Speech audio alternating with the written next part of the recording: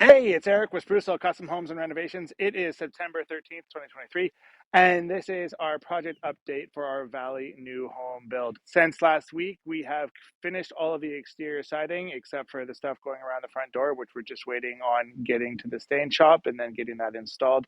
We have got the floor all protected, which may or may not have been done last week. I don't exactly remember. Our interior finisher has started doing window casings. We're just waiting on interior doors to arrive, which should come next week. And our tile setter has been doing amazing work inside. Let's jump in and take a look. So I'm standing in the main floor shower. The walls are all done. The niche is done. I'll bring the camera in for a close-up in a second here.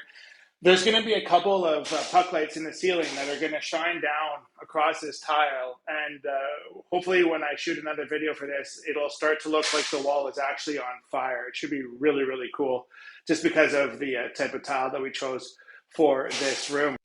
So here's what that tile looks like as we get a little bit closer. And then that's what we've done for the inside of the niche. All right, and so let's head into the kids' bath. So I actually use the same tile, but we did it horizontally up here, which gives it a bit of a wave feel. It's interesting. It's vertical, it looks like fire. Horizontal, it looks like waves.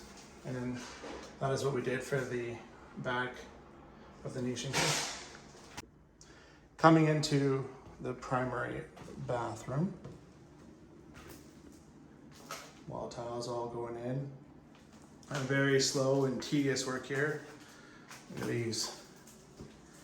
Absolutely mint mitered edges. Tanya, this guy, he's awesome. I'll never say his name, but he knows who he is if he watches these videos. And we love your work, buddy.